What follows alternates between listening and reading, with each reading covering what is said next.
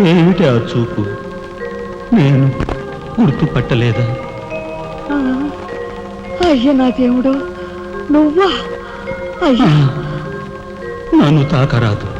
ఆత్మరూపంలో ఉన్న నన్ను తాకితే మాయమైపోతాను. అపచారం అపచారం. అయ్యా పతికుండగా ఒక్కరోజు కూడా గడ్డం మాయనిచ్చేవాడివి కాదు. మగ మహారాజులాగా మెలమెల మెరిసిపోయేవాడివి. ఇప్పుడేంటయ్యా గడ్డం అట్ట మాసింది? అదక్కడి రూలు. ఏమిటి చిన్నాడి మీద విరుచుకు పడుతున్నావట? వాడు ఒట్టి అల్లరాడైపోయాడయ్యా. వాడిని ఇంటికి రాని వాడి కాళ్ళు కొడతాను. ఎంత పొరపడుతున్నావు శబరి? చిన్నాడంటే ఎవరనుకున్నావు? ఎవరు? నేనే. నీ మీద మమకారం చావక, ప్రేమ తీరక మళ్ళీ వాడి రూపంలో జన్మించాను. వాడే నేను, నేనే వాడు.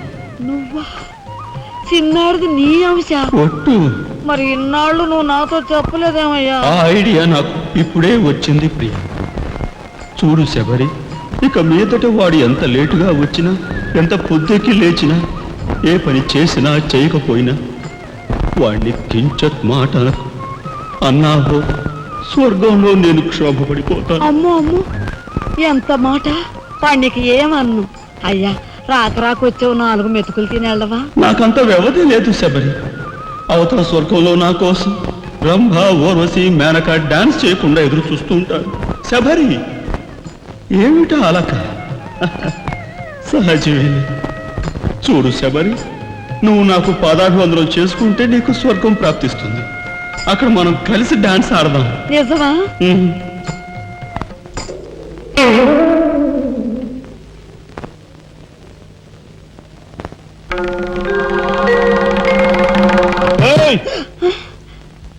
వస్తున్నా వస్తున్నా వస్తున్నా. తలుపులు బాత్తుడు వినపట్లా? ఏదో లోకంలో ఉండి ఏదో లోకంలో రఫ్ ఆడించేస్తానేమనుకున్నావు? భోజనం చేసావా? ఇంకా పడుకోలేదే? నువ్వు వస్తావని. నేను వస్తానని అర్ధరాత్రి వరకు నా కోసం ఎదురు చూస్తుంటే నీ ఆరోగ్యం ఏమైపోతుంది? పడుకో. ఏమిటా చూపు? పడుకో.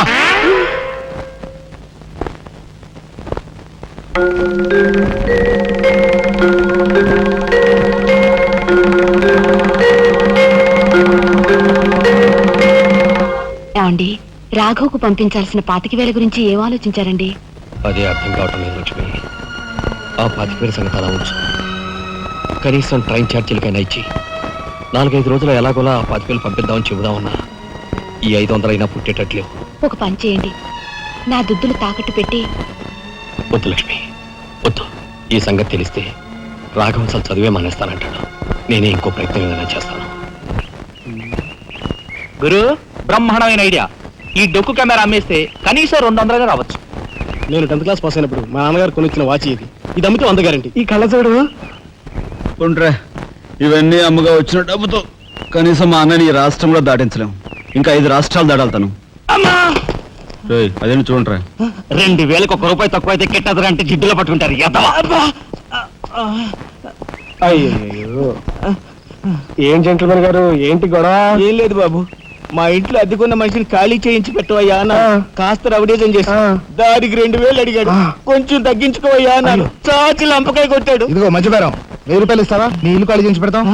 1000 రూపాయలా? అయితే పదండి. ఏంటి పదండి, అవన్నీ మా వల్ల కాదు, మా గురువు వల్లే అవుద్ది. అడ్డుగో. నమస్కారం గురువు గారు. 1000 రూపాయలకు మంచి బేరం ఒప్పుకున్నాం గురు. నువ్వు కొంచెం రౌడీజం చేసి ఇల్లు ఖాళీ చేసి పెట్టాలి. రౌడీజం చేసి పెట్టాలా? రఫ్ ఆడిస్తాయేమనుకున్నావా? పాపం ఆయన ఇల్లు ఆయన ఖాళీ చేసి పెట్టడంలో తప్పే ఉంది. న్యాయమే కదా, ఒప్పుకో గురు ప్లీజ్. అంతేనంటావా?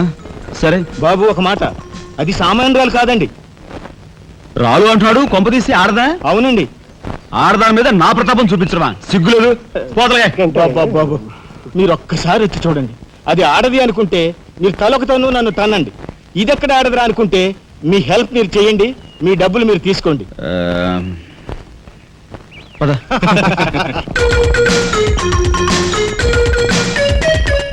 ఇదేనండి ఇల్లు. చెప్పానుగా, వెళ్ళు. తప్పదంటారా? మరేం భయం లేదు, వెళ్ళు. రండి.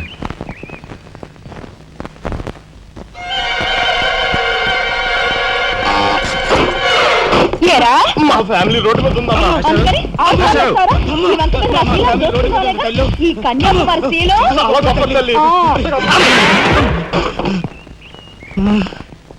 అయ్యా అమ్మా వద్దు వద్దు అన్నాను, వెళ్ళు వెళ్ళు అన్నారు.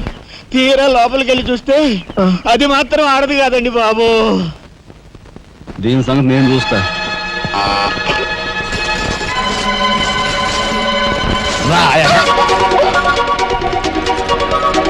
ఏ పిల్లడా, ఏయ్, నా చేయి పట్టుకుని బజార్కి లాగేంత మగాడువా నువ్వు? ఎంత ధైర్యం నిన్ను! ఏయ్, ఏయ్! కోట చేయి చూసావు ఎంత రఫ్ ఉందా? నాతో పెట్టుకోకు, రఫ్ ఆడించేస్తా. నువ్వు నాతో పెట్టుకోకు, నీ పని చెప్తాను. సూరమ్మత, అప్పాయమ్మ, వెంకాయమ్మ, సీతమ్మత. ఎవరు పోయి? పొడుస్తా. పీకు, నీ బోర్డు పీకు. ముయ్, ఈ కత్తి ముయ్, పొడుస్తా. బోర్డు పీకో. కత్తి ముయ్. దీన్ని బోర్డు పీకో. రాయ్, మీరు లోపలికి రండి రా.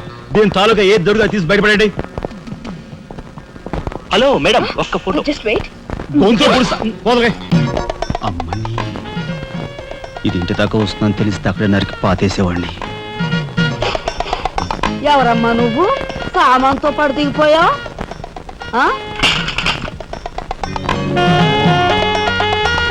రావే, రఫ్ ఆడతా. Excuse me. ఏయ్, ఆగు. ఏయ్, ఆగమను. నిన్ను ఏమిటి ఏమిటి దౌర్జన్యం? ఇంట్లో వచ్చింది కాకుండా గది గది వెతుకుతున్నావా? నా శీలం ఏ గదిలో భద్రంగా ఉంటుందో చూసుకుంటున్నాను. నీ శీలం ఆ కోట్ చేజులంత రఫ్ ఉందో రఫ్ ఆడించేస్తా. కొట్టుయా కొట్టు, నీతో రఫ్ ఆడించుకోవడానికి వచ్చాను. కొట్టు. లేదు నాకు. ఏయ్! బామ్మ, ఈ ఇంటికి పెద్ద దిక్కులో ఉన్నారు, పైగా ఆడవాళ్ళగా ఉన్నారు. ఈ ఆడదాని బాధను అర్థం చేసుకోండి.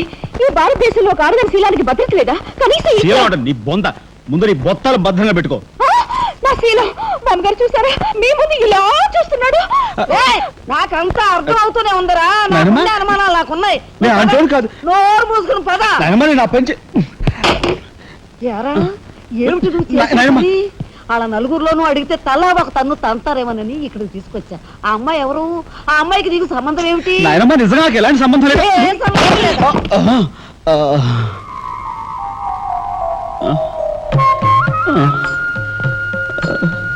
శబరి, ఏం జరిగింది? అయ్యో దేవుడు, నువ్వు వచ్చావా? అవును శబరి, నా శబరి ఆవేశం చూసి ఏం జరుగుంటుందా అని వచ్చాను. ఏం జరిగింది? ఇంకా ఆవేశం ఏమిటయ్యా? నీ అంశతో పుట్టిన నీ మనవడు ఏం చేశాడో చూడు. ఆ అమ్మాయిని ఎవరినో తీసుకొచ్చాడు. ఏనాడైనా మన ఇంటా అంటా ఉందా? శబరి, నువ్వు అనుకున్నట్టుగా చిన్నవాడు అలాంటి వాడు కాదే. నువ్వు అనవసరంగా ఆవేశపడు. చాలేవయ్యా అని సమర్థిస్తున్నావు. ఆ పిల్లేమో నా శీలమో నేను రోడ్డును పడ్డా అని అంటుంది. ఇప్పుడు ఏ ఆధారం లేని ఆ పిల్లని మన ఇంట్లో పెట్టుకోవాలా అక్కర్లేదా? చూడు శబరి, నువ్వు కొంచెం చూసి చూసినట్టు. ఏంటి చూసిపోయేది? నాయనమ్మా, ఏం జరిగింది? అయ్యో నా దేవుడు, వెళ్ళిపోయావు. ఎవరే?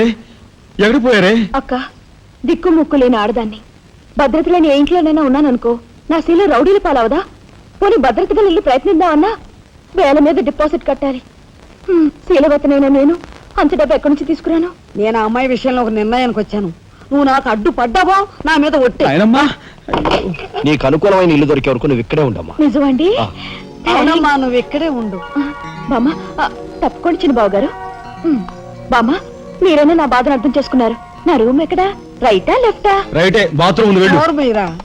ఇటు వెళ్ళమ్మా. థ్యాంక్స్ బామ్మ. తర్వాత చూసుకుంటా. రఫ్ ఆడతా. ఏమిట్రా వేలు చూపిస్తున్నా? ఒకవేళ అదే మొత్తం 5,000 చూపించి ఇక్కడే ఉండు అంటున్నాను.